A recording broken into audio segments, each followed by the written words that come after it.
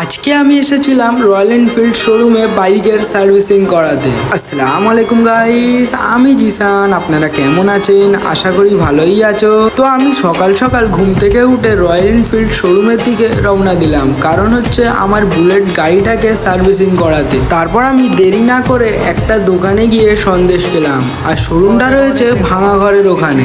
আর finally আমি শোরুমেতে চলে এলাম। এখানে এসে কিছুক্ষণ ওয়েটিং লিস্টে বসে তারপর আমাদের গাড়িটা ভেতরে ঢুকিয়ে নিল।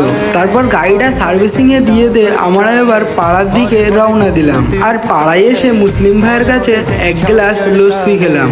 আর এটা হচ্ছে আমাদের নাজির বস। তারপর আমি ঘরে এসে গোসল কমপ্লিট করে আবার বেরিয়ে পড়লাম বাইরের দিকে।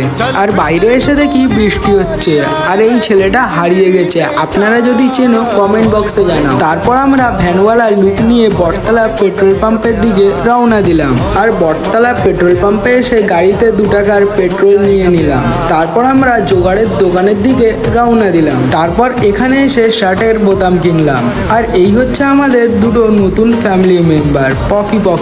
তারপর আমি আর খালাতো ভাই বেরিয়ে পড়লাম সন্তেশপুরের দিকে। আর এখানে দোকানে এসে আমরা একটা করে স্টিং নিয়ে নিলাম। আসসালামু আলাইকুম গাইস, আজকে ব্লগটা এতটাই। নেক্সট মিনি ব্লগে দেখা হবে। আল্লাহ হাফিজ।